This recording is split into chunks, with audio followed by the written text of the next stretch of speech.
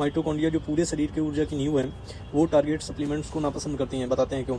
Mitochondria कोई नाजुक संरचना नहीं है जिससे सहारे की जरूरत हो। ये पुराने समय से हर कदम पे विकसित हुई हैं, जिन्होंने आधुनिक जीवन के अस्तित्व में आने से बहुत पहले ही अभाव, ठंड, रेडिएशंस और खत्म होने जैसी स्थितियों का सामना किया है। और वे यह जानकर जीवित रही हैं कि खुद की गति कब धीमी करनी है, कब तेज, कब अपने हिस्सों को बंद करना है और कब बिना किसी हस्तक्षेप के पुनः निर्माण करना है।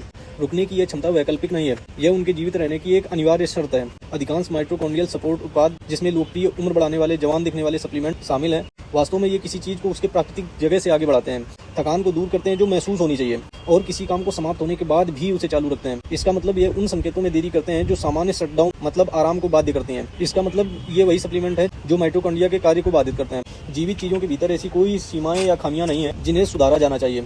ऊर्जा में गिरावट, सिग्नलिंग में वृद्धि और जबरन धीमापन, ये वो तंत्र हैं जो काम को समाप्त करते हैं ताकि आप आराम कर सकें, जिससे मरम्मत पूरी हो सके। तो आप टेबलेट लेकर उसकी हद को पार करते हैं तो सिस्टम किसी प्रक्रिया को पूरा करने की अपनी क्षमता को खो देता है। जब इसे बंद होने से रोका जाता है तो इसका असर मरम्मत पर भी पड़ता है। शुरुआत में लोगों को अक्सर बेहतर महसूस होता है, लेकिन प्रतिरोध कम हो जाता है, सहनशीलता बढ़ जाती है और प्रयास सस्ता लगने लगता है। बहुत जल्दी बेहतर महसूस करना इस बात का सबूत है कि प्रतिक्रिया को दबा दिया गया है। फीडबैक के बिना कोई भी सिस्टम ठीक नहीं हो सकता, और यह प्रक्रिया तब तक जारी रहती है जब तक बीमारी रूप नहीं ले लेती। माइटोकॉन्ड्रिया लय के द्वारा नियंत्रित होती है, मतलब पहले सक्रिय होगी, फिर रुकेगी, फिर धीरे धीरे नष्ट होगी और फिर दोबारा पुनः निर्माण होगा। कोई भी हस्तक्षेप जो उन्हें लगातार सक्रिय रखता है, यह उनकी लय को बाधित करती है और समय बीतने के साथ साथ बिना किसी स्पष्ट कारणों के दिक्कतें सामने आने लगती हैं। रिकवरी कभी पूरी तरह से महसूस नहीं होती, ऊर्जा पूरी तरह से काम नहीं कर पाती।